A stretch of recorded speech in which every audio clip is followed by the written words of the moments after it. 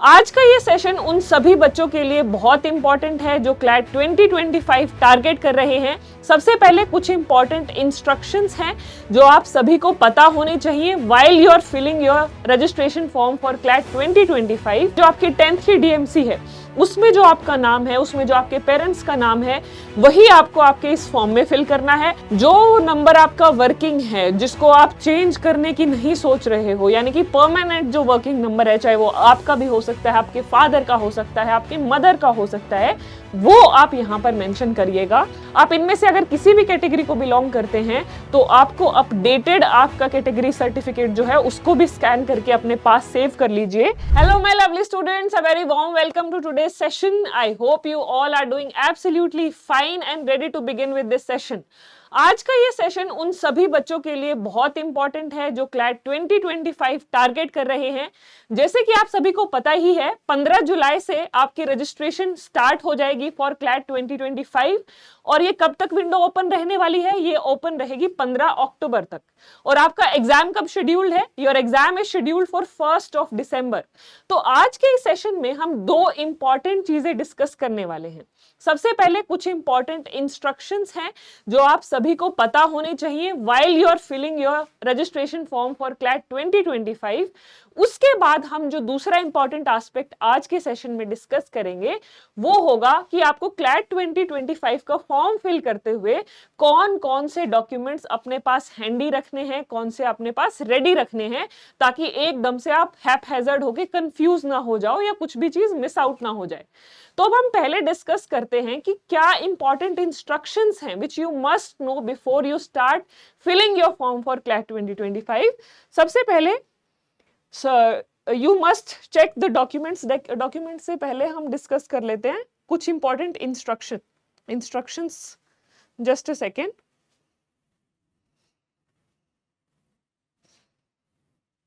हाँ जी, so if we talk about the instructions here, तो कुछ इंपॉर्टेंट इंस्ट्रक्शंस हैं आप सभी के लिए।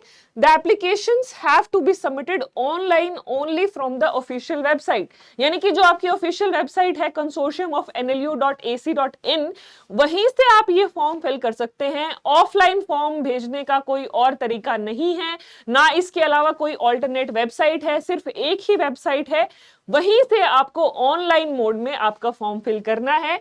Your name and parents name should be identical to those on your marksheet. यानी कि जो आपकी 10th की डीएमसी है उसमें जो आपका नाम है, उसमें जो आपके पेरेंट्स का नाम है, वही आपको आपके इस फॉर्म में फिल करना है। अदरवाइज बाद में फिर कोई डिस्क्रिपेंसी रेज हो सकती है। Any wrong information in the application form can cause cancellation.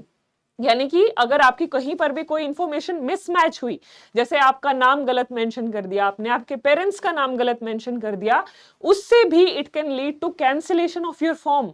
तो फॉर्म को फिल करते हुए एक एक स्टेप पे बिल्कुल ध्यान देना है। चाहे आपका डेट ऑफ बर्थ आप एंटर कर रहे हैं, चाहे अपनी इंफॉर्मेशन एंटर कर रहे हैं, चाहे अपने पेरेंट्स के से रिलेटेड कोई भी इंफॉर्मेशन एंटर कर रहे हैं, you have to be very careful. Then you should upload the CLAT photo and signature only as per the specifications given in the official brochure।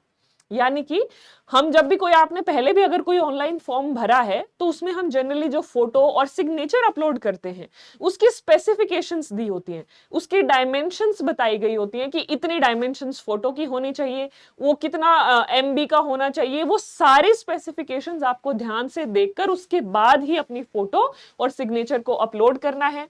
Then a change to information procedure in the form is not liable।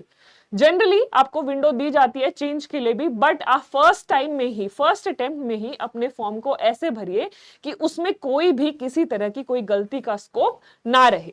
Then note that data such as category, NLU preference, exam center preference list is non-editable after final submission।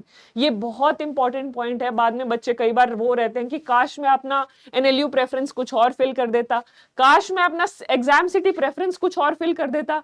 तो ये सब चीजें आपको form fill करते हुए ध्यान रखनी है कि आपका जो नियरेस्ट सिटी है या एग्जामिनेशन सेंटर है वही आपको फिल करना चाहिए, ताकि लास्ट मोमेंट पे आपका जो अननेसेसरी हैसल है ट्रेवल का वो बचे। ठीक है, तो आपको ये सब चीजें ध्यान से फिल करनी है, कैटेगरी अपनी ध्यान से फिल करनी है।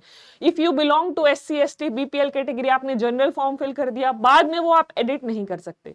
तो you have to be very careful while filling in all these details.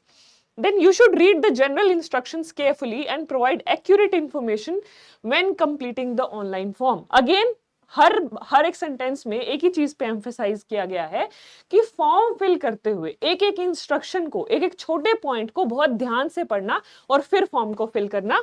Then you shall fill your preferences order for all 24 NLUs at the time of online application. यानी कि आपकी जो NLUs की प्रेफरेंसेस आपको fill करनी होती हैं वो ये आप रजिस्ट्रेशन फॉर्म तब फिल करेंगे, उसी टाइम करनी है। ऐसा नहीं है कि फॉर्म अलग से फिल होगा, बाद में जब रिजल्ट आ जाएगा फिर NLU प्रेफरेंसेस आप अलग से फिल करेंगे, नहीं। अभी जो आपने NLUs की प्रेफरेंसेस फिल कर दी उसी के बेसिस पर फिर आपके रिजल्ट आने के बाद आपको NLUs अलॉट किए जाएंगे। Any changes would not be allowed in the preference form after submissions. So this is a form of repetition of the earlier point कि आपने जो NLUs की प्रेफरेंसेस एक बार सबमिट कर दी, एक बार चूज कर ली, उसमें आप चेंजेस नहीं कर पाएंगे। तो NLUs की प्रेफरेंसेस फिल करने से पहले उस पे भी हम जल्दी एक वीडियो लेके आएंगे कि आपके लिए कौन सा NLU बेस्ट है, उसमें क्या क्या फैक्टर्स आपको कंसीडर करने चाहिए जब आप NLU प्रेफरेंसेस अपने लिए शॉर्ट लिस्ट कर रहे हैं, जिसमें लोकेशन हो सकता है, रैंकिंग हो सकता है, वहां की प्लेसमेंट्स कैसी हैं, ये सब फैक्टर्स आपको ध्यान में रख के तब अपनी NLU प्रेफरेंसेस चूज करनी चाहिए।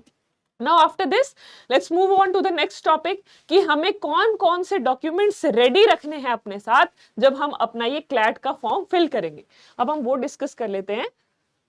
हाँ जी, so let us check the list of documents that we must carry or we must keep with ourselves ready.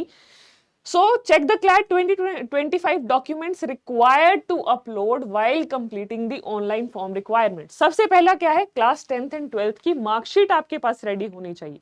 ये दोनों आपको हैंडी रखनी है। और एक और बात इसमें मैं आपको ऐड करना चाहूंगी, क्योंकि ये फॉर्म आपको ऑनलाइन अपलोड करने हैं, तो आप मेक श्योर कीजिएगा आपने इन द मीन टाइम ये वीडियो देखने के बाद इन सभी डॉक्यूमेंट्स को आप अपने PC में स्कैन करके अपलोड कर ले, ताकि आपके लिए ईजी रहेगा फॉर्म में इन सब डॉक्यूमेंट्स को ऐड करना। ऐसा ना हो फिर आप एक तरफ अपना फॉर्म फिल करना स्टार्ट करो और एक तरफ इन डॉक्यूमेंट्स को स्कैन करके अपलोड कर रहे हो। It is very time consuming और अक्सर ऐसा करते हुए कोई ना कोई एक स्टेप में कोई डिटेल हम मिस कर देते हैं। तो इन डॉक्यूमेंट्स को पहले स्कैन करके एक फोल्डर में सब में अपलोड कर लो, ताकि जब आप फाइनल फॉर्म फिल करेंगे तो आपको बार बार वो स्कैनिंग वाली हैसल जो है आपकी वो बच जाएगी।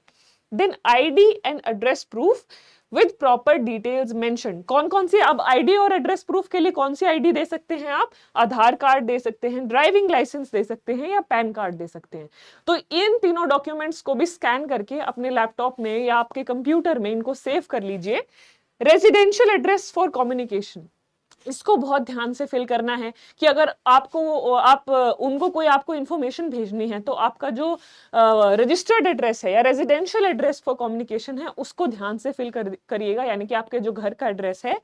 देन पर्सनल मोबाइल नंबर, जो नंबर आपका वर्किंग है, जिसको आप चेंज करने की नहीं सोच रहे हो, यानी कि परमानेंट जो वर्किंग नंबर है, चाहे वो आपका भी हो सकता है, आपके फादर का हो सकता है, आपके मदर का हो सकता है, वो आप यहां पर मेंशन करिएगा। देन ऑफिशियल ईमेल आईडी यानी कि जो आपकी वर्किंग ईमेल आईडी है जिसे आप यूज कर रहे हैं लंबे समय से। Then the consortium will send necessary communication to this email, कि अगर उन्हें आपसे कम्युनिकेट करना होगा, आपको कोई इंफॉर्मेशन बतानी होगी, मान लीजिए कि अगर एग्जाम की डेट चेंज हो गई या एग्जाम रिलेटेड कोई भी इंफॉर्मेशन उनको देनी होगी, तो वो आपको थ्रू ईमेल ही कम्युनिकेट करेंगे। Passport size photograph with a plain background, ये भी इंपॉर्टेंट असेंशियल कैटेगरी है, इसको भी आप अपनी फोटो क्लिक करा के अभी रख सकते हैं, वही उसको भी स्कैन करा के अपने कंप्यूटर में सेव कर लीजिए। सिग्नेचर भी जनरली हम ब्लैक पेन से प्लेन पेपर पर करके उसको भी आप स्कैन कर लीजिएगा। Category certificate if a candidate belongs to SC ST and OBC category, आप इनमें से अगर किसी भी कैटेगरी को बिलोंग करते हैं तो आपको अपडेटेड आपका कैटेगरी सर्टिफिकेट जो है उसको भी स्कैन करके अपने पास सेव कर लीजिए। रेलेवेंट PWD पीडब्ल्यूडी जो डिसेबिलिटी पर्सन्स विद डिसेबिलिटी हैं वो भी अपने सर्टिफिकेट्स रेडी रखिएगा, issued by the competent authority if applicable, relevant BPL certificate issued by the competent authority. तो ये सर्टिफिकेट्स जो लिस्ट ऑफ डॉक्यूमेंट्स यहां मेंशन की मैंने, these are probable all kinds of documents that may be required while you are filling the form for CLAT 2025। So that's all about this particular video. अगर आप लोगों के कोई भी डाउट्स हैं, कोई भी कंसर्न्स हैं, आप कुछ भी पूछना चाहते हैं तो आप कमेंट सेक्शन में मेंशन कर सकते हैं, हम उससे रिलेटेड वीडियो हो सकता है आप लोगों के लिए बना दे जिससे आपके सारे डाउट्स जो हैं clarify हो जाए। So that's all about today's session. Thank you everyone. I hope you all thoroughly enjoyed this session. See you all very soon. Thank you. Have a great day.